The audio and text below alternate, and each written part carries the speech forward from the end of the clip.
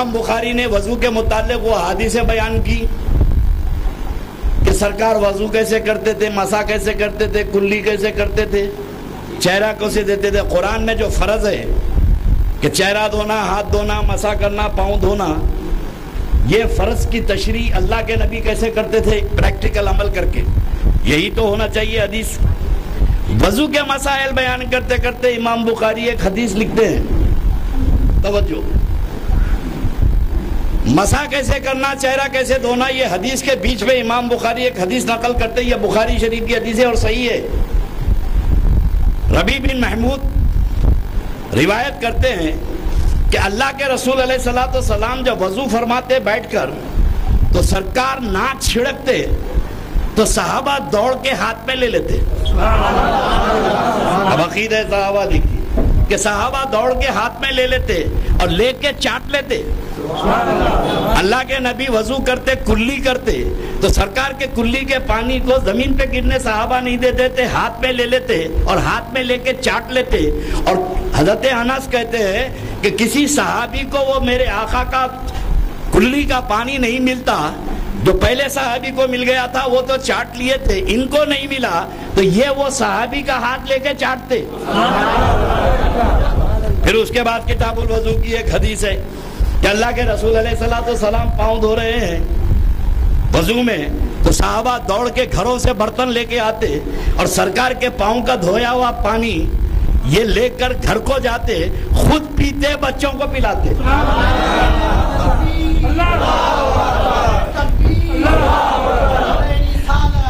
اب یہ بخاری شریف کی حدیث ہے، یہ تو بخاری شریف کی حدیث ہے، کسی کو اعتراض بھی نہیں ہونا چاہیے۔ اور جو اپنے آپ کو اہل حدیث کہتے ہیں وہ تو یہ دیکھ لیں حدیث میں، جس کو حدیث کا دم بھرنے کا دعویٰ ہے وہ یہ بخاری شریف دیکھ لے اور یہ حدیث پاک۔ اب میں آپ کی فکر چاہتا ہوں، اللہ نے قرآن پاک میں وضو کا حکم دیا، چہرہ دو، ہاتھ دو، پاؤں دو، مسح کرو۔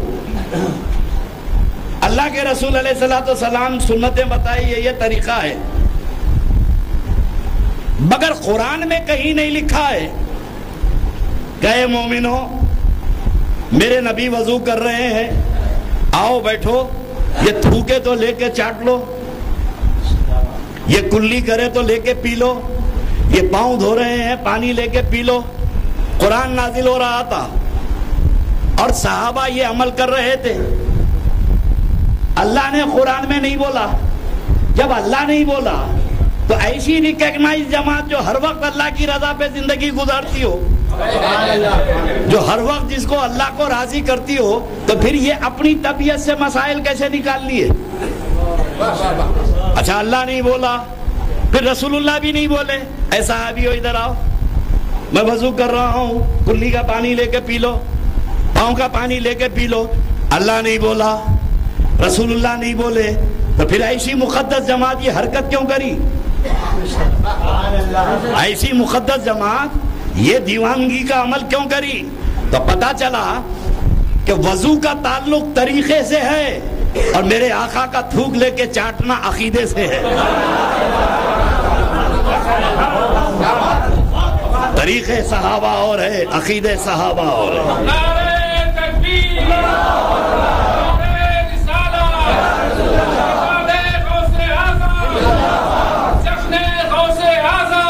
اب میں تمہیں تو وہی بتاؤں گا جو صحابہ کرے،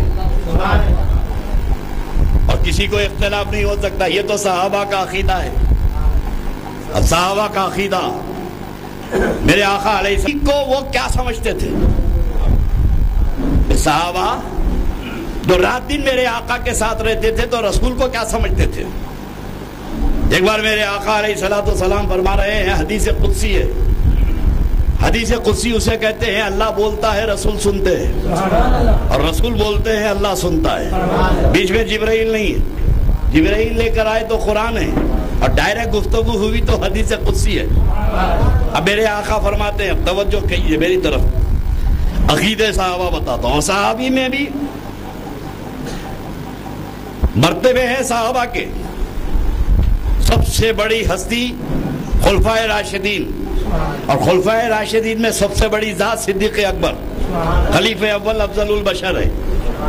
اب سنیے، کہ اللہ کے رسول علیہ الصلوۃ والسلام اپنے صحابہ سے مخاطب ہو کے فرما رہے ہیں کہ میرے رب نے مجھ سے کہا،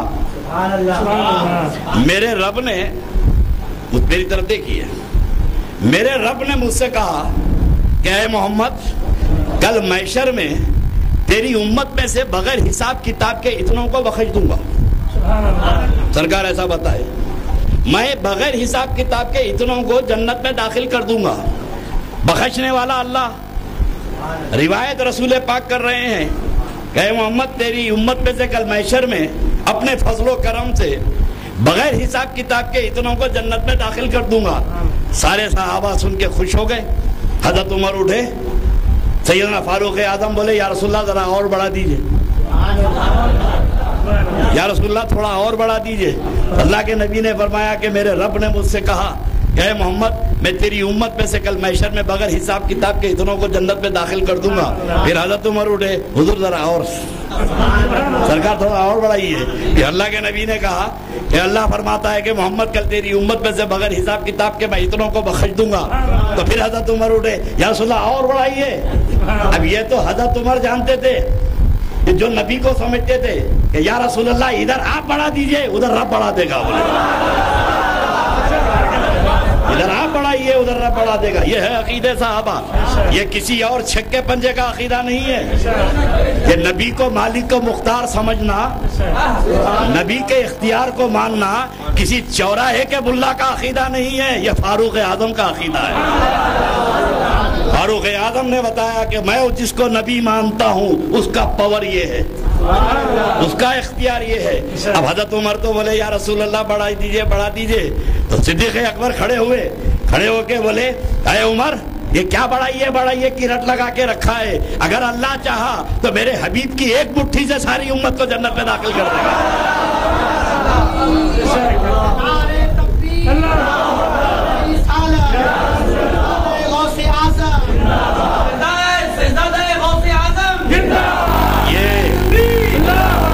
یہ عقیدہ صحابہ ہے۔ جب عقیدہ صحابہ تو مکمل ہو، یہ عقیدہ صحابہ ہے۔ جب عقیدہ صحابہ تو مکمل ہوگا تو طریقے صحابہ کام آئے گا۔ اچھا یہ طریقے والے نماز روزے کے تو منافقین بھی تھے بھائی، نماز پڑھنے کا جہاں تک تعلق ہے صدیق اکبر کے بازو کھڑے رہ کے پڑھتے تھے، رسول اللہ کے پیچھے پڑھتے تھے، مگر ان کی نمازیں کیوں کام نہیں آئیں؟ ان کی نمازیں کیوں، روزے کام نہیں آئے، ان کی عبادتیں کیوں کام نہیں آئی؟ اس لیے کہ یہ طریقے پہ تو چلتے تھے، عقیدے پہ نہیں چلتے تھے۔ جو نبی کے متعلق عقیدہ ہونا چاہیے تھا، یہ نماز کے ساتھ وہ عقیدہ نہیں رکھتے تھے جو صدیق اکبر کا عقیدہ تھا، جو فاروق اعظم کا عقیدہ تھا، جو صحابہ کا مقدس عقیدہ تھا کہ آقا و مولا کو کیا سمجھتے ہیں۔ اللہ کے رسول علیہ الصلوۃ والسلام اہل سنت والجماعت جس عقیدے کو فالو کرتے ہیں وہ ہے صحابہ کا عقیدہ۔ تو صحابہ کا جو تصور تھا نبی کی ذات کے بارے میں، میرے دوستو میں آپ کو کہاں تک سناؤں۔ اللہ کے رسول علیہ الصلوۃ والسلام تشریف فرما ہے، یہ بھی حدیث پاک کی، ادھر دیکھیے بڑی مشکلوں سے بات کر رہا ہوں، پانی بہ رہا ہے۔ اللہ کے رسول علیہ الصلوۃ والسلام تشریف فرما ہے، مسجد نبوی ہے، مسجد نبوی شریف ہے۔ ایک صحابی آئے، آگے پوچھنے لگے کہ یا رسول اللہ میری اونٹنی نہیں مل رہی ہے صبح سے، میری اونٹنی کہاں ہے، میری اونٹنی کہاں ہے؟ اللہ کے نبی تو مسجد میں بیٹھے ہوئے تھے، سرکار تو گئی نہیں تھے باہر، سارے صحابہ بیٹھے ہیں۔ آقا و مولا نے کہا تیری اونٹنی فلاں وادی میں ایک جھاڑ سے تیری اونٹنی کی نکیل پھنس گئی ہے، فلاں وادی میں پہاڑ کے پاس جا تیری اونٹنی مل جائے گی۔ یہ صحابی رسول گئے، وہاں گئے اور جس مقام پہ میرے آقا بولے تھے وہیں پہنچے اور وہاں سے اونٹنی کو لا لیا۔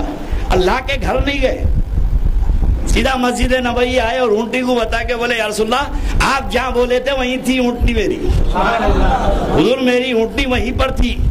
اور سارے صحابہ، صدیق اکبر، فاروق اعظم، مولا مشکل کشا، یہ سب حضور کے علم کو دیکھ کر اپنے یقین میں اور اضافہ کرے۔ اور یہاں کچھ نمازی بھی بیٹھے ہوئے تھے اور بھی بیٹھے ہوئے تھے، یہاں سے اٹھے کونے میں بیٹھے، کونے میں بیٹھ کے بات چیت کر رہی ہیں، پہاڑ کے پیچھے کی بولتے وہاں کی بولتے یہاں کی بولتے. اگر ان کو علم ہوتا تو ہم کو پہچانتے, ہم کو پہچانتے. مسجد نبوی میں بیٹھ کے حضور کے علم پہ تبرہ کر رہا کہ ان کو کیا معلوم کل کیا ہونے والا ہے پہاڑوں کے پیچھے کی. تو صحابہ ایک عقیدہ دیے کہ میرے مصطفیٰ بیٹھے ہیں مسجد نبوی شریف میں, مگر میرے آقا کی نظر ساری کائنات پر ہے. بولے نبی کی نظر سے کوئی نہیں چھپا. یہ عقیدہ صحابہ ہے. اور نبی پیٹھ پیچھے کی نہیں جانتے, یہ عقیدہ منافق ہے. تو ہم صحابہ کے عقیدے پہ عمل کرتے ہیں. آپ کو میں اور آگے لے چلوں. یہ تو میرے آقا علیہ الصلوۃ والسلام وضو فرما رہے تھے, تو ظاہر ہے کہ حجۃ الوداع میں 1,24,000 صحابہ تھے نا بھائی. اب برتن لے کے آئے ہوں گے. تھوڑے سے مجمع میں میرا چلنا مشکل ہو جاتا, کوئی ہاتھ چوم رہا کوئی پاؤں چوم رہا تو ٹھوکریں لگ جاتی. 1.25 لاکھ صحابہ حجۃ الوداع میں ہیں. اب برتن پہ برتن لا رہے ہیں, پانی لینے کے لیے ٹکرا رہے ہیں. یہ سب کام تو سرکار کے سامنے ہو رہا تھا نا. یہ سب صحابہ سرکار کے سامنے کر رہے تھے. حضور روکے, بلکہ اپنے غلاموں کی دیوانگی کو دیکھ کے مسکرا رہے تھے. اور ایک بات یاد رکھنا, عاشقوں کو دلیل کی ضرورت نہیں ہوتی. عاشقوں کو دلیل کی ضرورت نہیں ہوتی. دلیل وہ مانگتا ہے جو ہمیشہ ذلیل ہوتا ہے, اور ہم دلیل مانگ کے ذلیل نہیں ہوتے, ہم تو بلا دلیل کے مانتے ہیں. اب صحابہ نے بتا دیا کہ دلیل کی ضرورت نہیں, قرآن کی ضرورت نہیں, اور اللہ کے رسول کے فرمان کی ضرورت نہیں. جو عشق بولا وہ کر گزرو, جو مزاج یار میں آ جائے. اور اس کی سند میرے آقا نے دی. اب بخاری شریف کتاب الآثار. یہ تو میرے نبی پاؤں دھو رہے تھے تو برتن لے کے آئے. اب مینا میں سرکار جو ہے حج کے بعد بال کٹا رہے ہیں, بال کٹا رہے ہیں. اور سارے صحابہ اپنے اپنے کام چھوڑ کے آگے سامنے بیٹھے ہوئے, پورے کے پورے ہزاروں کی تعداد میں حضور کے سامنے بیٹھے ہیں. وہاں تو برتن لائے تھے, یا تو وسترا چل رہا. اب ان کی دیوانگی میرے آقا نے دیکھی کہ یہ کس تلاش میں آئے ہیں کہ سرکار کا بال نکلے اور ہم لوٹے, سرکار کا موئے مبارک نکلے اور ہم لوٹے. عاشقوں کے مزاج کو میرے آقا نے محسوس کر لیا. اب بخاری شریف سنا رہا ہوں, ہٹو دور دور ہٹے. بال بنائے. ادھر میرے آقا نے گچھا پکڑا اپنے بالوں کا اور حضرت طلحہ کو بلایا. طلحہ ادھر آؤ. ابو طلحہ انصاری کو بلایا. طلحہ ادھر آؤ. لبیک یا رسول اللہ. سرکار نے اپنے بال ان کے ہاتھ پہ دیے, دے کے فرمایا فاقسموا بین الناس, اس کو لوگوں میں تقسیم کر.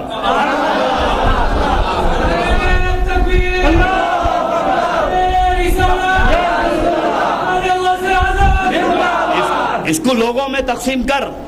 تو حضرت طلحہ جب لے کے میدان میں بال پہنچے تو یہ پورے جو سرکار کے سامنے بیٹھے تھے دوڑ کے ادھر چلے گئے. اور حضرت طلحہ 2 منٹ کے بعد واپس آ گئے. کچھ ہی دیر کے بعد حضور نے پوچھا کیا ہوا؟ بولے حضور بانٹنے کا موقع ہی کا ملا, لوٹ لیے. بولے تو سرکار نے اپنے دوسرے بال دیے, یہ بھی تقسیم فرما. اب عقیدہ سنیے صحابہ کا کہ حج کرنا یہ طریقہ صحابہ, طریقہ رسول ہے. اور حج میں میرے آقا کے بعد لوٹنا یہ عقیدہ صحابہ ہے. اب اگر ہمارے پاس موئے مبارک کی زیارت ہوتی ہے تو یہ بدعت نہیں ہے, لٹانے والے رسول اور لوٹنے والے صحابہ. صرف زیادتی کی بنیاد پر کسی چیز پر شرک و بدعت کے فتوے نہیں لگتے. تحقیق کرو. میدان محشر میں کوئی مولوی مولانا کام آنے والا نہیں ہے. سب دھرے کے دھرے رہ جائیں گے. ارے یہ تو اپنا حساب کتاب میں لگے رہیں گے. اتنے چندے لائے وہاں جمع ہی نہیں ہوئے. کبھی سعودی عرب سے لائے, کبھی امریکہ سے لائے. اب چندہ دینے والا مل رہا, وہاں گیا, انہیں بولا میں تو زکوٰۃ اتنی دیا ہوں, اپنے کو تو بہت بڑا بنگلہ ملنے والا ہے جنت میں. ارے اتنا کام کرا, کیا کیا نہیں بنایا, میں کیا کیا پیسے نہیں دیا. اب وہاں جا کے اکاؤنٹ میں دیکھ رہا تو ہے ہی نہیں پیسے. ارے بولا بھائی میں ہر سال ان کو 12 لاکھ 10 لاکھ دیتا تھا, یہاں ہے ہی نہیں, انٹری نہیں ہے. فرشتوں کو بول رہا ارے بھائی میرے 12 لاکھ روپے سال کے. بولے یہاں تو ہے ہی نہیں انٹری, تیرے نامہ اعمال میں نہیں ہے. اب انہوں مل گئے مولوی صاحب, دیکھے کہ انہیں لائن میں کھڑا ہوا ہے, دیکھتے ہی بھاگ گئے. اب نے بولا صاحب پیسے کہاں ہیں؟ وہاں تو بڑی شوق سے لے جاتے تھے, یہاں بچاؤ. بولے یہاں میں خود پریشان ہوں, دیو کہاں سے بچاؤں گا. تو میں عرض کر رہا تھا کہ فکر تمہاری اپنی ذاتی ہونی چاہیے. اس بنیاد پر کوئی کسی چیز کے ساتھ مت ہو جاؤ، فکر کرو، اور اللہ نے تم کو پابند کیا ہے کہ اگر جستجو کرو تلاش حق کرو۔ تو یہ ہے عقیدہ صحابہ۔ عقیدہ صحابہ اللہ کے رسول علیہ الصلوۃ والسلام کی ذات کے متعلق پازیٹیو تھنکنگ ہونا، نیگیٹو نہیں، مثبت انداز میں میرے آقا کے بارے میں سوچنا، اور ہر وقت یہی فکر میں رہنا آقا و مولا۔ یہ ہے عقیدہ اہل سنت والجماعت۔ اور اسی عقیدہ اہل سنت والجماعت میں سب سے بڑا مسئلہ ہے ولیوں کا تصور۔ ایک ہے نبی کا پاور، ایک ہے میرے آقا کا اختیار۔ اب ظاہر ہے کہ میرے بھائی، جب اللہ رب تبارک و تعالیٰ نے آدم علیہ السلام سے لے کر عیسیٰ علیہ السلام تک سب کو دیا، کیا کیا نہیں دیا؟ کیا کیا نہیں دیا؟ پیغمبروں کو، ہر پیغمبر کو دیا نا۔ جس کو پیغمبر بنا کے بھیجا اس کو کمالات دے کے بھیجا۔ پولیس کمشنر کا اپائنٹمنٹ ہوتا، آئی پی ایس کا، اور کوئی چھکا پنجا کھڑے رہ کے بولے میں تو نہیں مانتا اس کا پاور ہے۔ کا پاور ہے کمشنر کے پاس؟ لوگ بولیں گے عقل کے اندھے، حکومت بھیجی ہے اس کو، حکومت کا اپائنٹڈ ہے، پاور پوچھ رہا، جب چاہے اندر کر دے، جب چاہے تجھے چھوڑ دے، جب چاہے لا اینڈ آرڈر مینٹین کرتا ہے وہ۔ کسی نکمبے کو گورنمنٹ جو ہے اپائنٹ نہیں کرتی ہے۔ جب گورنمنٹ وردی دیتی ہے، وردی کے ساتھ اسٹار بڑھاتی ہے، تو جیسے جیسے اسٹار بڑھتے جاتے ہیں ویسے پاور بڑھتے جاتا ہے۔ ارے دنیا کی حکومت اگر کسی کو اپائنٹ کرتی ہے تو اسے پاور دے کے بھیجتی ہے، اور اللہ جسے بھیج رہا ہے، اللہ جسے بھیج رہا ہے اسے کچھ نہیں دیتا۔ خدا کی قسم، وہ کمالات اللہ رب تبارک و تعالیٰ اپنے محبوبوں کو عطا فرماتا ہے۔ اب میں پاور کی بات کروں گا کہ اللہ نے اپنے محبوب بندوں میں جو انبیاء کرام کی مقدس جماعت ہے ان کو بڑے کمالات عطا فرمائے۔ حضرت آدم علیہ السلام سے لے کر حضرت عیسیٰ علیہ السلام کی زندگی کا مطالعہ کیجئے، کیسے کیسے کمالات ان کو عطا فرمائے۔ حضرت موسیٰ علیہ السلام پتھر پہ چھڑی لکڑی مارتے تو چشمے ابل پڑتے، اور دریا میں کود جاتے تو دریا راستہ بن جاتا۔ ابراہیم علیہ السلام پر نمرود کی آگ گلزار ہو گئی، ابراہیم کو وہ کمالات عطا فرمائے۔ اور عیسیٰ علیہ السلام کے کمالات کا تفصیل ذکر ہے کہ مردوں کو زندہ کرتے تھے، نابینا لوگوں کو، اندھوں کو بینا کر دیتے تھے، کوڑیوں کو اچھا کرتے تھے۔ یہ حضرت عیسیٰ علیہ السلام کے کمالات ہیں۔ اور یہ جو الگ الگ پیغمبروں کو اللہ نے کمالات عطا فرمائے تھے، وہ سارے کمالات اللہ نے ہمارے نبی کی ذات میں جمع فرما دیے۔ 1,24,000 پیغمبروں کی زندگی کو پھیلا دو تو ایک مصطفیٰ کی ذات ہوتی ہے، اور ایک کی زندگی کو سمجھ لو تو ایک محمد رسول اللہ ہوتے ہیں۔ اور یہ بھی ایک حقیقت ہے کہ اللہ کے رسول علیہ الصلوۃ والسلام کہ جامع کمالات بن کر دنیا میں تشریف لائے۔ اب تاریخی حقیقت سنیے کہ جو وارث ہوتا ہے اس میں مورث کی خوبیاں آتی ہیں۔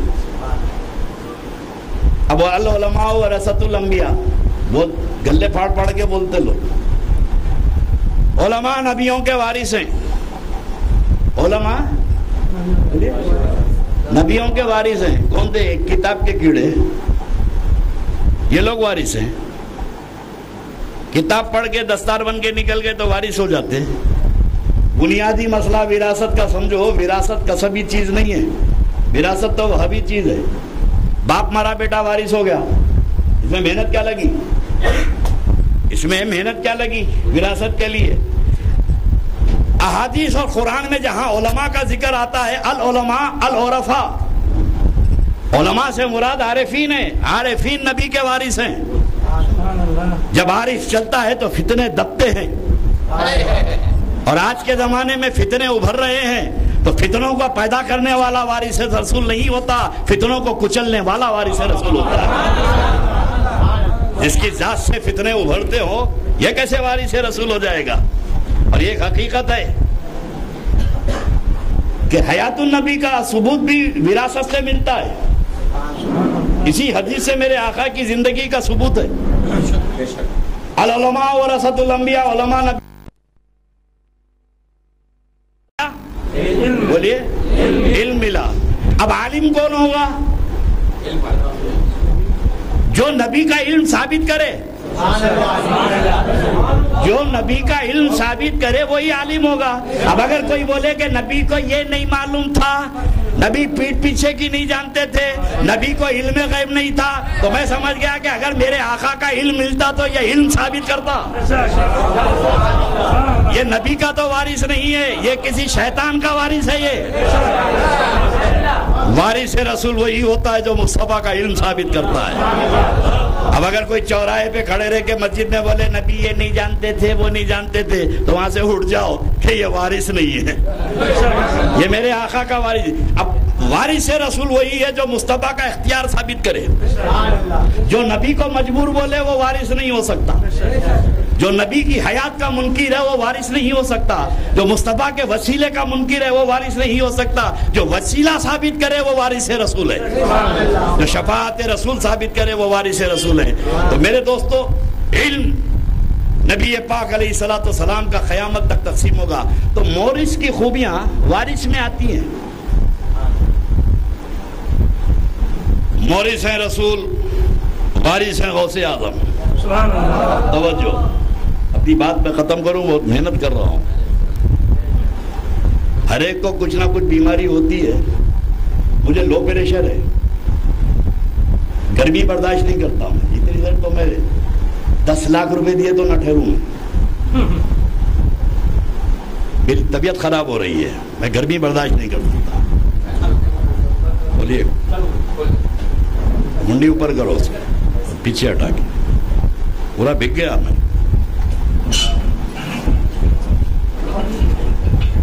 درود شریف پڑھ لی۔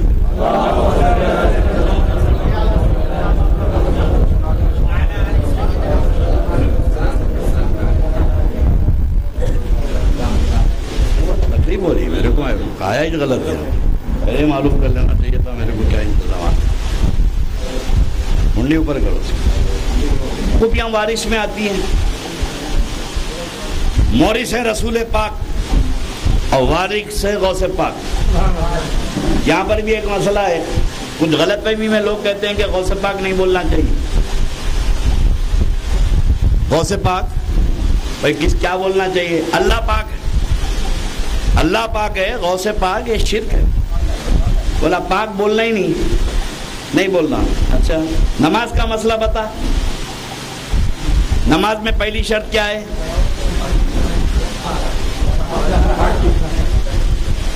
نماز کا پہلی شرط کیا ہے؟ بولے بدن کا پاک ہونا، بدن کا پاک ہونا۔ اچھا، بدن پاک ہوا تو کپڑا، بولے وہ بھی پاک ہونا۔ اچھا، کپڑا بھی پاک ہونا، جہاں نماز پڑھ رہا وہ جگہ، بولے وہ بھی پاک ہونا۔ بولا تیری جگہ پاک، تیرے کپڑے پاک، تیرا بدن پاک۔ گفتگو غوث پاک پہ کر رہا، سر سے اوپر تک تو خود پاک ہے۔ اگر یہ پاکی کا اختلاف ہے تو تو پاک ہے کہ ناپاک ہے؟ تو یہ غلط فہمی کی بات ہے۔ حضور غوث اعظم پیران پیر دستگیر یہ وارث رسول ہیں،